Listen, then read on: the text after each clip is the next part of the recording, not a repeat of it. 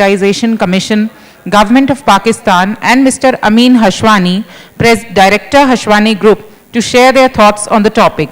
We have Mr. Rajiv Kaul, past President IMA, and Chairman NICO Corporation to conduct this session. May I request the Honorable Minister, Mr.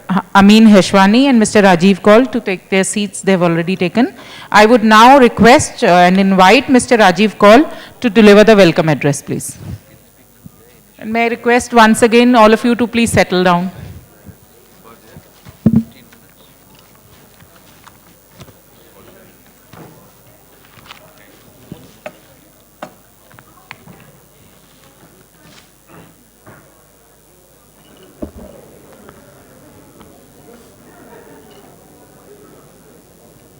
Good afternoon to everyone.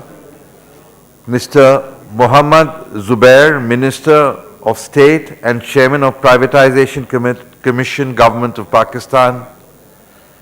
My dear friend, Mr. Amin Hashwani, Director Hashwani Group.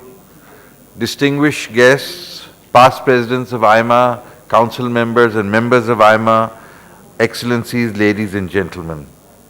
It is with the greatest of pleasure that I welcome all of you to this special session on collaborating for change. A very special welcome goes out to Minister Zubair and my dear friend Amin, who have traveled from Pakistan to specially be with us at this IMA's 41st National Management Convention, and we greatly appreciate their presence. To discuss the potential for collaboration between our two countries, Minister Zubair, Chairman, Privatization Commission of Pakistan in the rank of Minister of State, and Amin Hashwani, Director Hashwani, are two. Can we have a little silence in the audience, please, if you don't mind? I mean, if you want to talk, please, you're welcome to go out and talk. Are two knowledgeable and experienced and exceptional personalities. They are also very good friends of India and IMA. I would also like to take a moment to acknowledge our partners in Pakistan, Nutshell Forum, so very ably led by Muhammad Asfar Ehsan, who is also with us today. Ladies and gentlemen, please do join me in according a very warm welcome to our friends from Pakistan.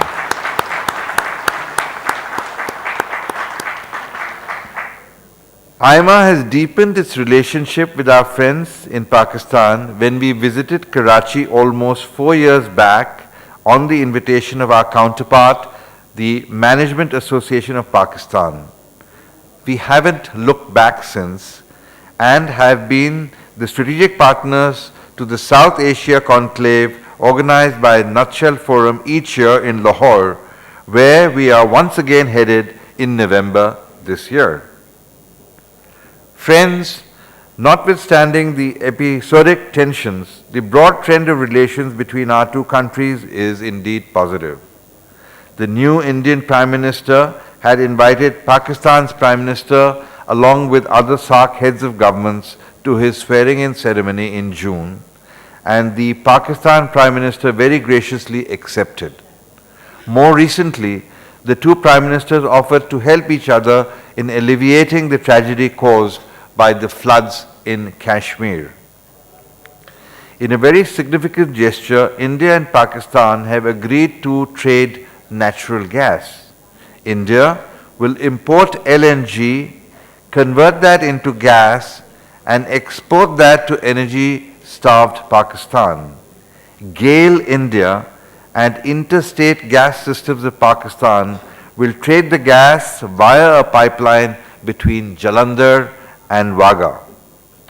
Importantly, this could be a breakthrough for the long pending proposal to build a gas pipeline from Central Asia to serve Afghanistan, Pakistan and India.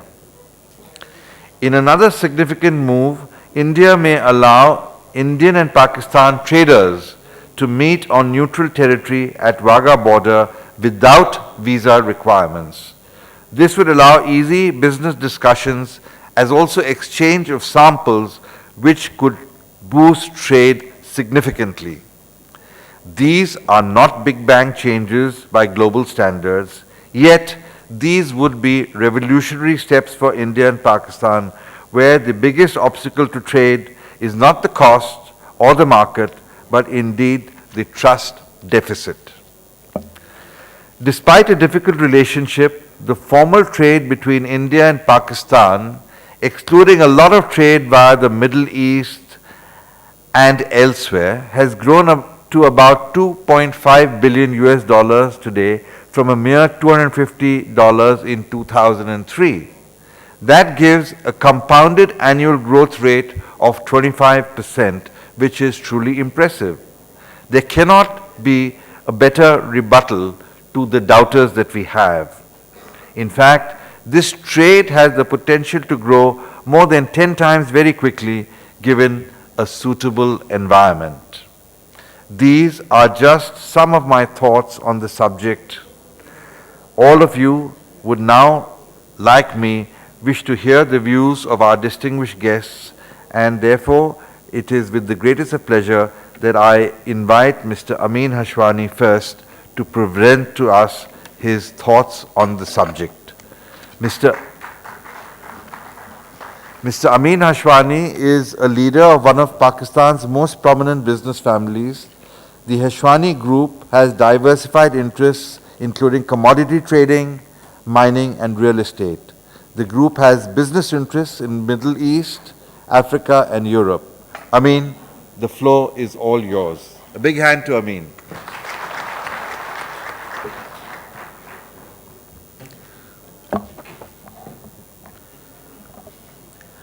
All my friends, colleagues from India, Zubair Saab, good evening.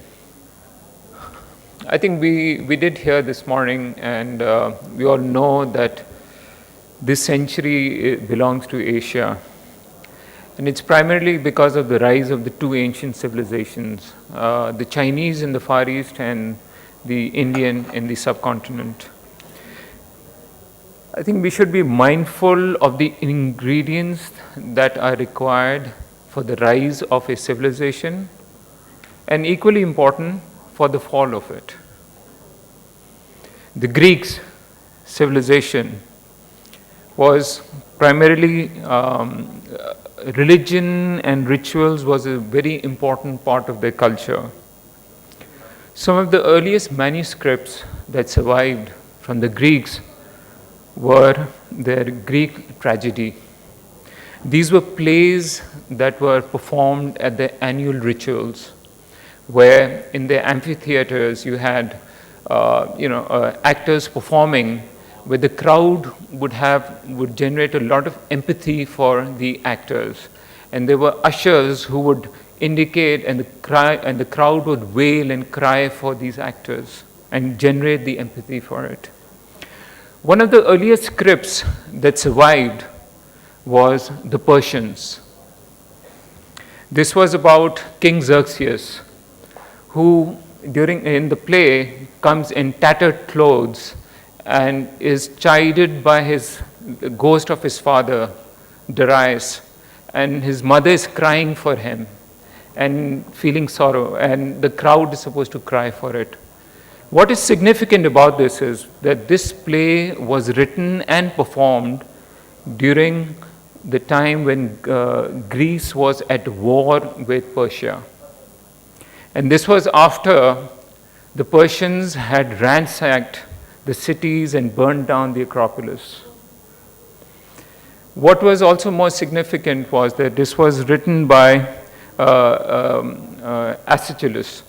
He was someone who had fought during the Battle of Salamis against the Persian, and yet he wrote this play that empathized with the Persian. Also, this play, it won the competition for that year, as we know today. I think, in the last 2,500 years since then, we have progressed tremendously in technology, connectivity, etc. But I really would like to question, have we progressed as a society? Do we dare do something like this? Recently, after the Gaza war Can we imagine that if there's a play that empathizes with the Hamas and it is performed on the streets of Tel Aviv or Jerusalem? Or for that matter, after 9/11, on the Broadway, if there was a play that empathized with the Taliban, or from looking at from their point of view, I can well imagine the crowd reaction. The theater would probably get burned down. And yet, 2,500 years ago, the Greeks performed a play that empathized with an army that had ransacked their entire cities, right? Not just 2 or 3 buildings. What is important to note here is that it was not about the Persians, it was about the Greeks themselves. If we can develop as human beings, as a society, the capacity to empathize with our worst of enemies, we'll be able to empathize amongst ourselves as a society. And I think that is something today we talk about globalization and information age. I see it that we are fundamentally biased human beings, and if nothing else, we're becoming more and more biased because we select the information that further reinforces our point of view. We'd rather be right than be compassionate.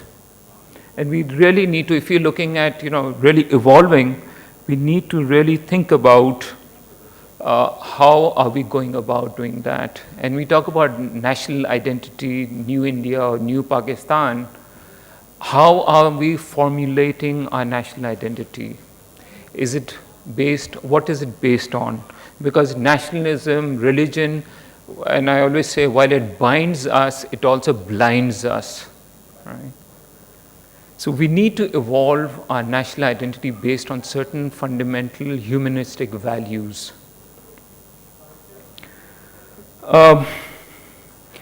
All of us live in our own bubbles of truths.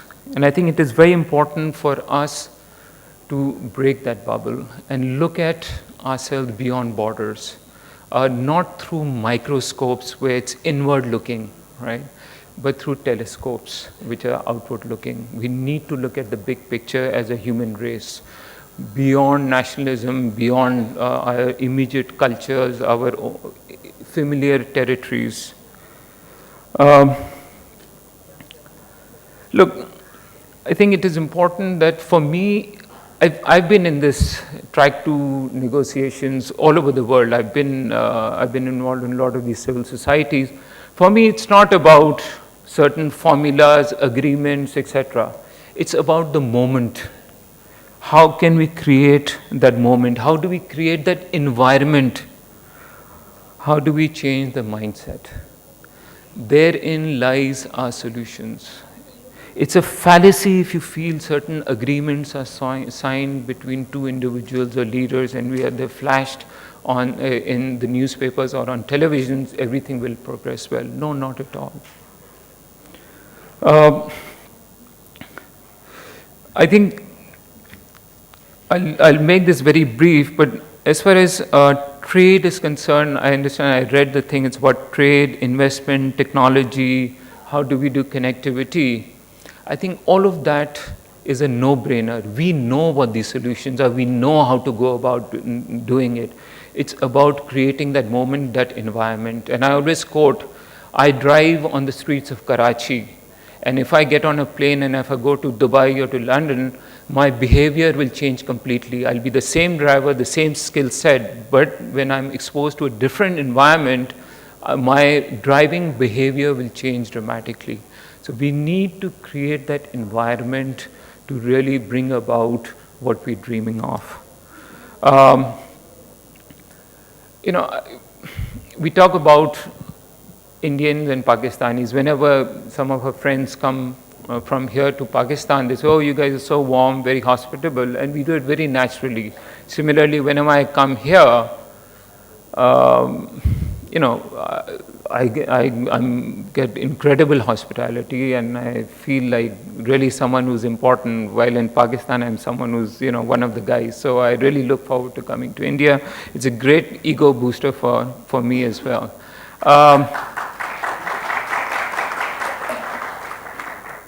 And I'll tell you, I call this a freak of nature, and I talk about this, that You know, you look at anywhere in the world, you look at the Middle East, you'll never find an Israeli and a Palestinian being best friends in universities or being friends at Citibank working together. Sold out. If 3-day trade fair, they'd get sold out in 1 day, 2 day. You have a lot of Indians who come to Pakistan, they do a hell of a lot of shopping at the detriment of their poor husbands. But there is a lot of trade, and I'm saying that, you know, it's in Pakistan. There is a thing that although India has given the MFN status, but Pakistani goods are not do not get accessible. There are a lot of non-tariff barriers in it. As a businessman, I don't mind if there's a surplus or deficit either ways, because even if there is a deficit in favor of India, basically we're getting cheaper goods from trade. No doubt plays a key role in this thing. It creates vested interest for like peace. It creates the space that the politicians need to go and sign all those deals, etc. Because if the public opinion is not there, the politicians cannot just go against certain public opinions. So they need that, and trade does manage to do that. When people come closer, bonds develop. We understand each other's positions a lot. On the prospects of changing Indo-Pak relations through collaboration.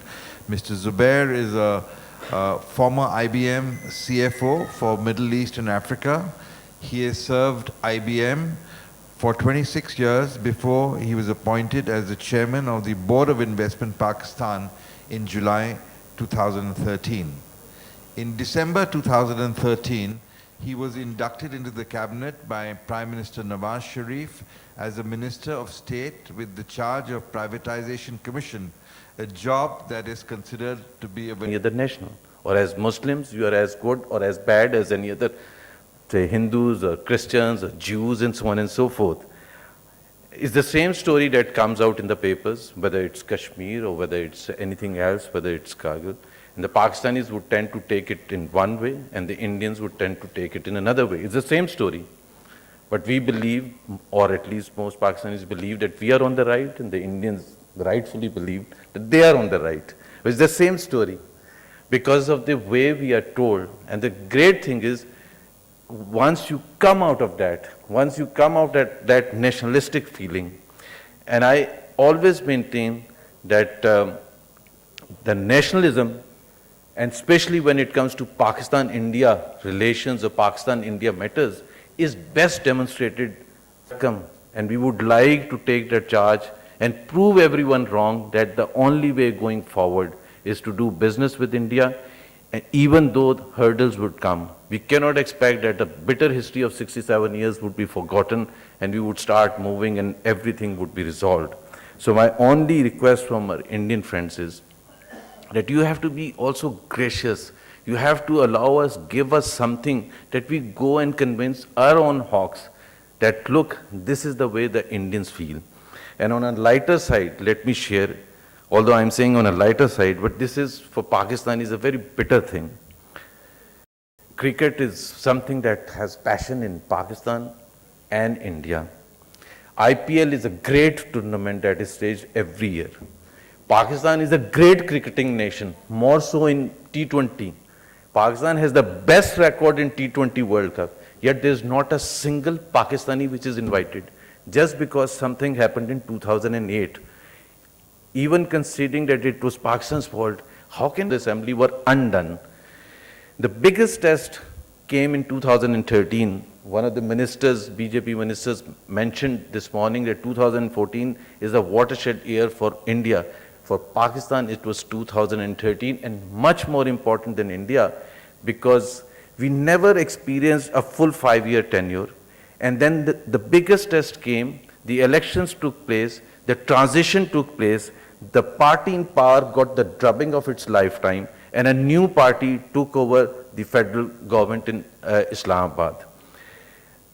Which brings me to the point that what is happening now in Islamabad, if most of you would be following. So if Pakistan has fundamentally changed, then what is happening in Pakistan right in front of the... Otherwise, the Supreme Court would stamp any intervention. So these are signs which are positive signs.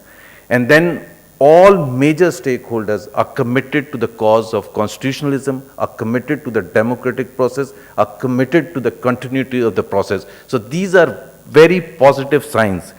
And one of the issues which resulted in some of this crisis was the trade relations between India and Pakistan, how fast this government, the government of Prime Minister Nawaz Sharif, was trying to move towards closing a business deal with India.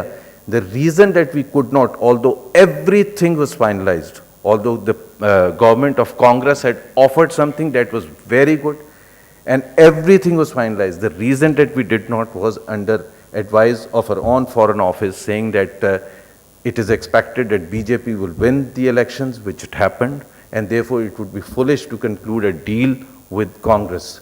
And that is the only reason that the deal could not be signed. And it was far-reaching in many ways. It was the kind of thing that we expected that from $2 billion today, the formal trade between Pakistan and India, within 3 years it would increase to $20 billion. So that is the kind of growth that we are anticipating.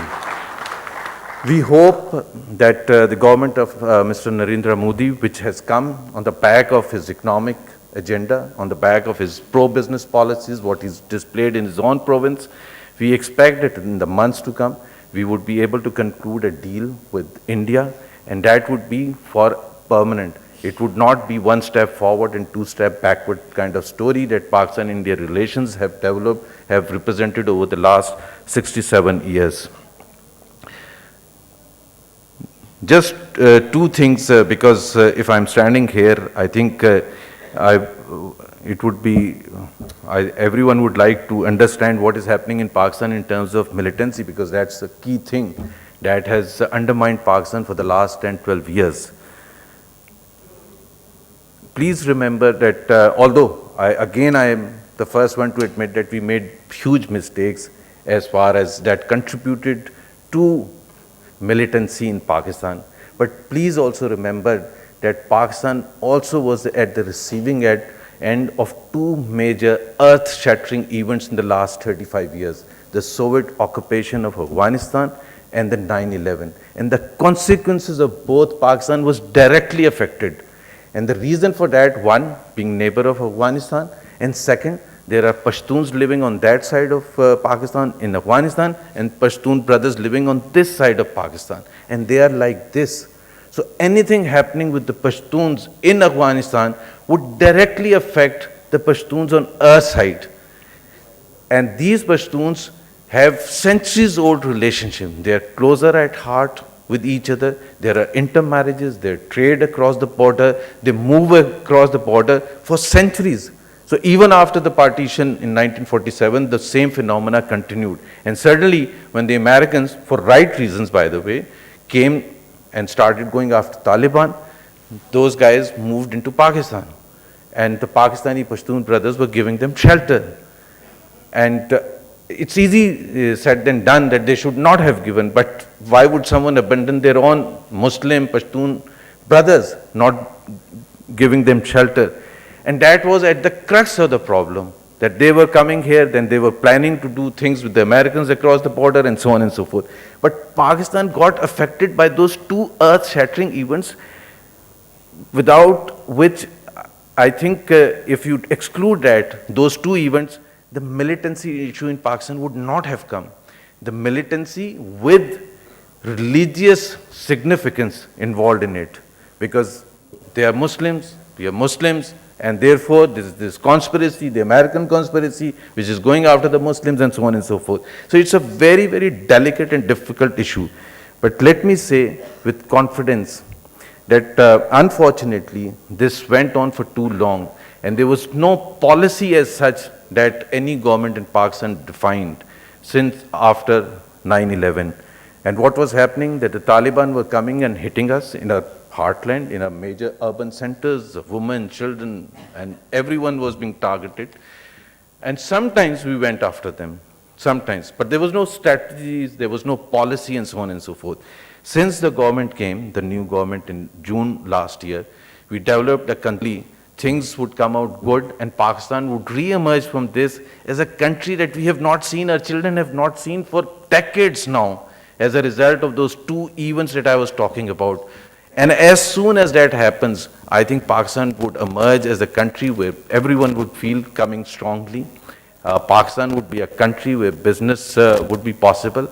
And I have met several investors over the last 1 year.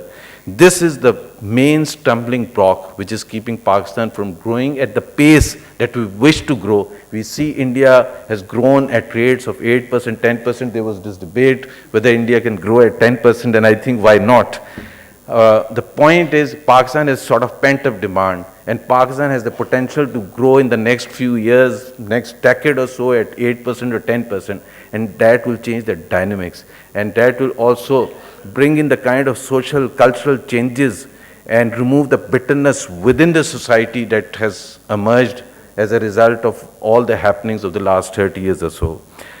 Thank you very much for giving me the opportunity. It is a Thanks. Thank you very much, Minister Zubair, for your, you lived up to your reputation of being candid. You pointed out all the problem areas, but you also pointed out there is optimism, we can hope for optimism, and let us see. There's been no change in that. Can people sort of press their buttons a little more to sort of get this 83 and 17 changing if required? If you feel it's there as a constant, that's also welcome. But really we have time for questions now. So can we follow the tradition of raising your hand? Yes, sir. If you could give your name, we'll take you first and we'll take you second. Can we get a mic back here, just along this aisle? Can we get a mic to him? If you could introduce yourself and then pose your question. I'm Prabhat Sinha from SMG, and my question is to the Honorable Minister. Sir, yes, I think there could not have been a more honest, candid and straightforward way of sharing at your level with common public as to what India-Pakistan challenges are and where lies the way forward. However, having said that, I think it's the way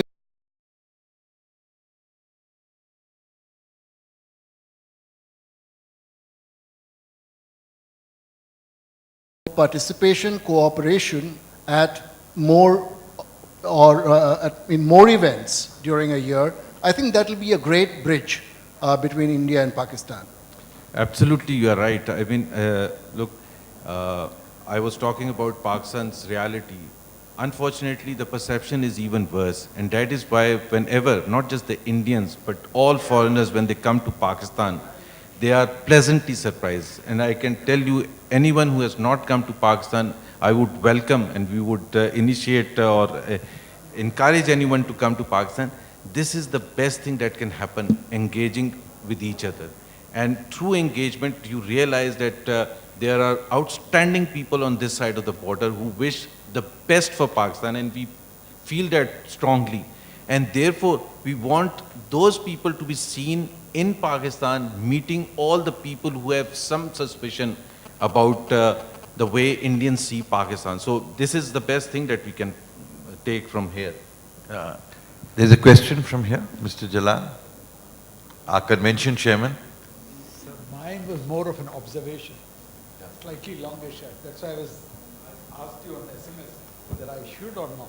Well, I'm sorry for not reading your SMS, Mr. Chairman, but being chairman, I'm sure you'll précis your question to make it 1/3 of what it was going to be in terms of time originally. Zubair Saab, I am a lover of Pakistan. I have been to Pakistan 7 times in 12 years. I would also had the good fortune of meeting your Prime Minister, Mr. Nawaz Sharif, 4 times. My first journey started in the Lahore bus trip in '99, where the deal was almost signed. And I got one insight. The people of Pakistan are wonderful. The businessmen want to do a deal. I was there 2 years back. and the fair took place, and again we came into a trade deal. But something else stops us. And this I came to know as an insight from a butler in a hotel where we were all staying as guests. And to cut it short, he said, "Sir, Hindustan Pakistan में फर्क क्या है? कुछ तो फर्क होगा, एक ही कौम है, एक कम्युनिटी है, सब है." मैंने कहा, शायद कश्मीर? नहीं साहब, कोई को फर्क नहीं है, आपको भी नहीं है, हमको भी नहीं है, लेकिन ये डील होगी नहीं। बोले क्यों? वैसा पाकिस्तान आर्मी होने नहीं देगी, उनका वेस्टेड इंटरेस्ट है, वो नहीं होने देगी। Unfortunately your Prime Minister, being a very good human being, wants to do it. Our Prime Minister wants to do it. Atalji wanted to do it. Later also in the Congress government they wanted to do it. But one factor only I think is coming in the way. I'm very sorry, I have made a very candid observation. Okay, I think पहले मैं आपको जवाब थोड़ा सा देना चाहता हूँ. I think this could be a viewpoint, and I think one of the things that I have noted about the Indians is their perception about Pakistan Army. It could well be based on some historical facts, and I'm not denying that. In the context of what has happened, Nawaz Sharif is all powerful, like it should be, like the constitution allows him to take those vital, important decisions, like the parliament and the way the parliament has stood in this crisis that I was just talking about. It was the unity of the parliament which was seen for the first time in Pakistan's history, that they stood behind a prime minister, even though most of those political parties are bitterest rivals of the prime minister and his party. But as far as the system was concerned, and most of those political parties, like the Pakistan People's Party, like the Pakistan Tehreek-e-Insaf of Imran Khan, they're all committed to improving relations and trade with India. Amin? Yeah, I just want to, one quick comment. I think this view, this apprehension is not just in India, but in certain section in Pakistan as well. They feel that, army deal nahi hone degi India-Pakistan ki. I beg to differ on this, primarily because of my personal first-hand relationship, interaction, discussions over many, many years. One thing I think we need to note is that when President Musharraf, when he arrived at a deal with Vajpayee and then Manmohan Singh, he did that not just only in his capacity as president, but as chief of army staff. And when you do it as chief of army staff, you take consensus from all your corps commanders, right? So if army as an institution would have opposed any peace deals with India, they would not have arrived at this, even on contentious issues like Kashmir. If anything, President Musharraf, he got a lot of flack that he went too far, too soon, without a negotiation. So I think, yes, army as an institution does have certain reservations, but it is not ideologically opposed to deal with India. And if anything, they have supported in the past this thing. Again, it's about managing. Right? It's about managing various stakeholders. And I always say there's no such thing as clash between civilizations. There are always clash within civilizations, within countries, within societies. And we need to negotiate. And I always feel the hawks on both sides of the conflict always feed each other. Unfortunately, the doves do not do that as much as we should. So again, there is a perception, but as they say, the truth lies somewhere in between. Thank you. We have a lot of questions from there. Can you take the mic there? There are 3 people standing already. Sir, I had an opportunity to meet some people, Pakistan outside India, as well as I stranded in Karachi for a long. Speak it louder, please. Louder. I have some opportunities to meet some people outside, from Pakistan outside India, as well as I stranded in Karachi for a long time. The support I received from the Pakistani people was great.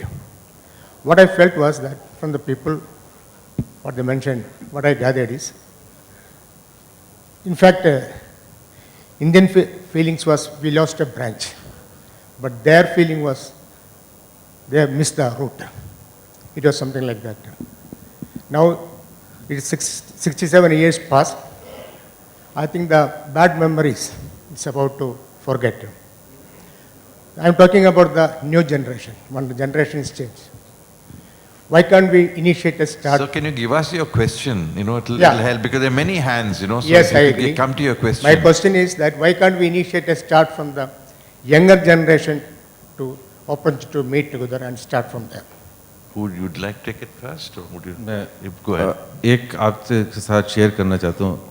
I tell you Pakistan जब मैं कहता हूँ fundamentally change हुआ है तो that also is true with relation with regard to the relations with India और especially the younger generation and so on. And I share this example many times I have shared with their Indian friends. मैं आपको बताऊं कि पाकिस्तान में तकरीबन को 25-30 news channels हैं. कितना पाकिस्तान में हॉस्टिलिटी चेंज हुआ है over the last 10-12 years I would say. Headline news जब रात को 9 बजे मेन खबरें आती हैं पाकिस्तान में तो हेडलाइन न्यूज़ जो 4-5 हेडलाइंस होती हैं उसमें there is more than 50% probability that there will be a positive news about India. More than 50% probability. And you can come and watch that any time. For example, what is positivity? For example, Sachin Tendulkar's birthday. Like for example, not so positive, Salman Khan और कतरीना की लड़ाई हो गई, for example. और अक्षय कुमार की all new movies, literally, the big ones, would have headline news in a positive way.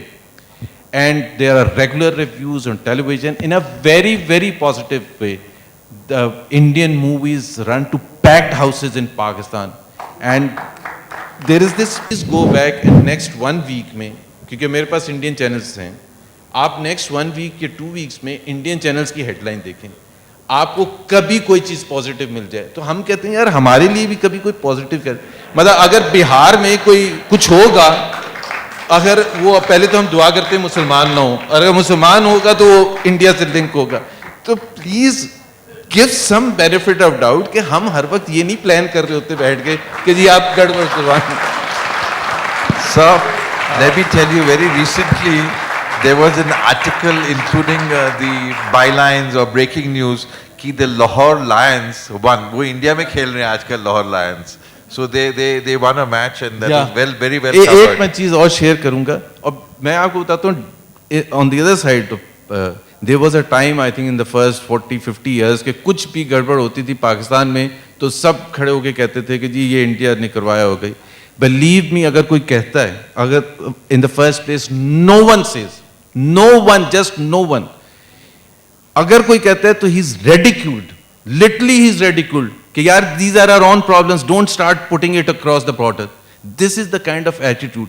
In the election campaign, and I was the campaign manager of the party in power, and I can share you, there was almost never in the entire campaign the word India, except for in terms of improving relations with India. Never. Big hand for that, big hand. Just Just 1 minute, I think Mr. Amin wants to mention. One very thing. I think देखिए doves बहुत सारे हैं पाकिस्तान में, but there are some hawks also, right? And which is fine. We should not. The point here is that we should not dismiss those hawks, because they also come from a sense of insecurity, of certain fears, certain apprehensions. And I always say we need to engage even with them. जो कहते हैं कि ये कर दो वो कर दो, we need to engage with, do not dismiss them. Because we as society, we need to be together and grow together. India में जो hawks हो गए, anti-Pakistan बात करेंगे, we should never ever dismiss them. We should engage with them, make them understand whether they agree or do not agree. So I think it is very, very important we should collaborate together. Okay, there's a question here, then there's a lady at the back as well. So we'll take yours first. Sir, my name is Sampath from the Strategic Management Group. A lot of wisdoms have been, both the representatives from Pakistan, we really appreciate your words of wisdom. There are two questions. One is that, the Iran-Pakistan-India pipeline is very beneficial to India. What is the politically, is it feasible? Second question is, you are a disinvestment minister. What is the policy of disinvestment in Pakistan? What is the policy? Disinvestment policy in Pakistan. Privatization. Yeah. And the first one was on the pipeline. Afghanistan, Iran. To answer, I mean, it's again, Iran pipeline is, let me say, a sensitive issue. एक तो उसकी ये reason है कि there are sanctions, not sanctions, but worldwide sanctions against Iran. And whether it falls in the domain or not is something that is very difficult. It's politically, from a world point of view standpoint, we don't. So the best thing that would emerge, and I am frankly not privy to the latest negotiations about this Iran thing, but it's a difficult one, and I think you should appreciate that it's a difficult one politically. About the privatization policy. No, please, let him finish, please. About the privatization policy, it's a very, again, politically charged topic. Any country of the world, more so in Pakistan. And Rajiv, while introducing myself, told you that I was chairman of the board of investment first before I was moved.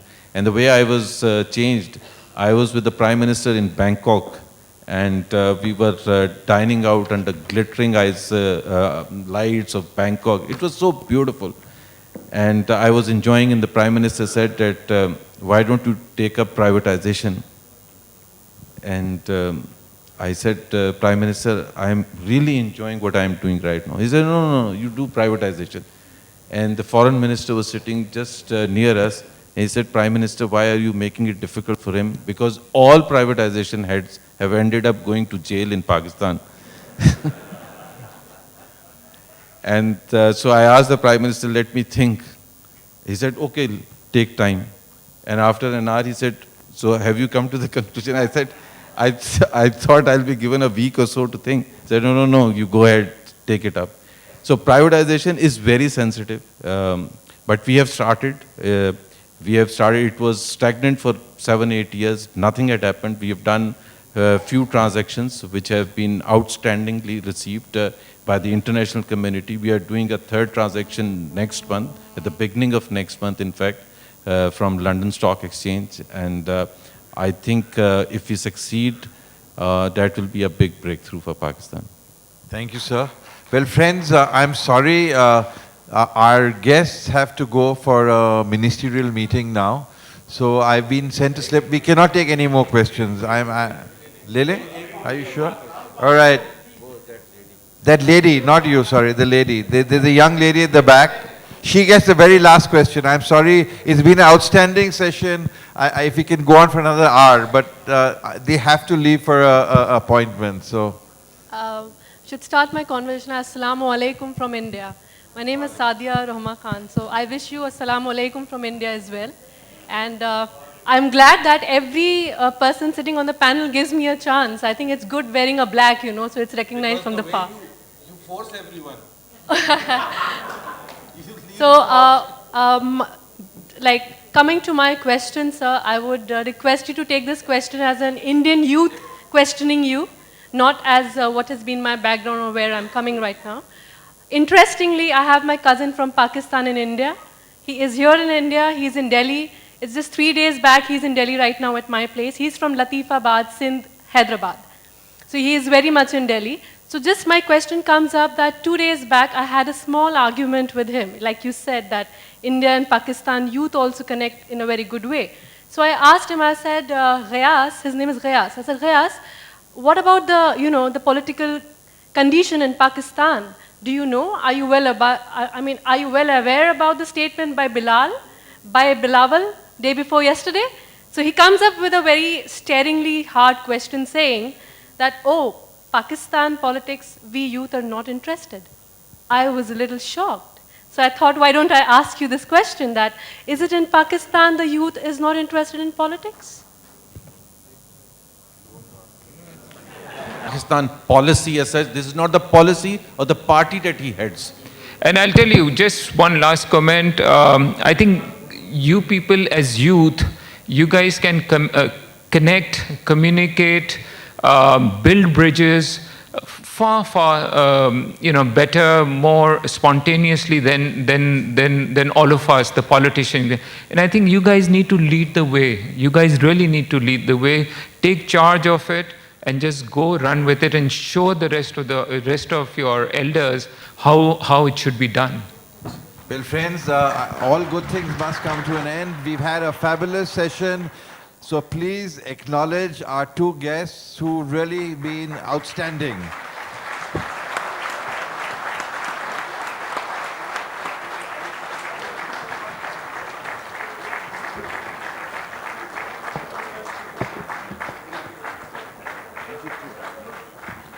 It's Thank now you very gone up much, to sir. This was a 92%, session. huh? 92%. I think those strong statements by both our friends have made it 92%. So we are leaving in an optimistic note for change for the better future. 3 cheers for that. Thank you very much, sir, for that lovely session. May I now invite Mr. S.K. Swami, a past president, IMA, to facilitate the speakers. May I request him to present mementos to Mr. Mohammad Zubair, Minister of State and Chairman of Privatization Commission, Government of Pakistan, to Mr. Rajiv Kaul, okay, to Mr. Amin Hashwani, and finally to Mr. Rajiv Kaul, past President IMA. Thank you very much, sir, for doing the honors. Ladies and gentlemen, please be seated. We now come to a very